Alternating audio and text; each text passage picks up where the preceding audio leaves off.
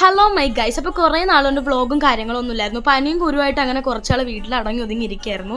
അപ്പോൾ ഇന്ന് ഞാനും വാപ്പച്ചയും കൂടെ നമ്മൾ വണ്ടി എടുക്കാൻ പോവുകയാണ്. ഈ കുറേ നാളുമ്പോൾ വാപ്പച്ചയ്ക്ക് ഒരു കപ്പ് കിട്ടിയിട്ടുണ്ടായിരുന്നു.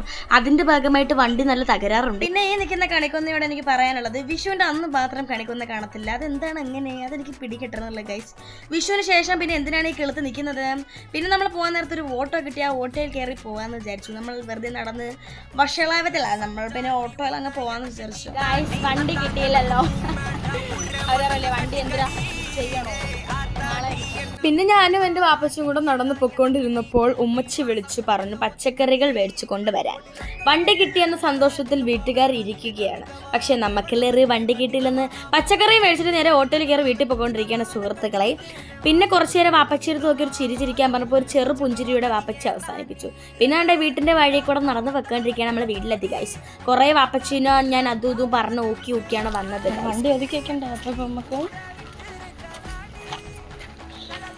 വണ്ടി ഓടിക്കൊണ്ട് വരാണ്.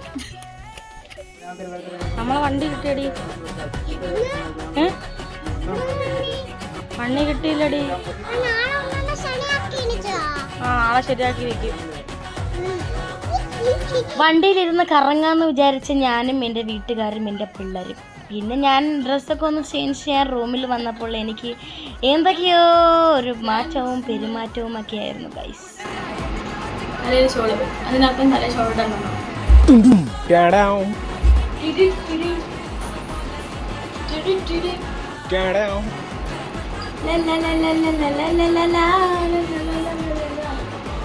മഞ്ചാടി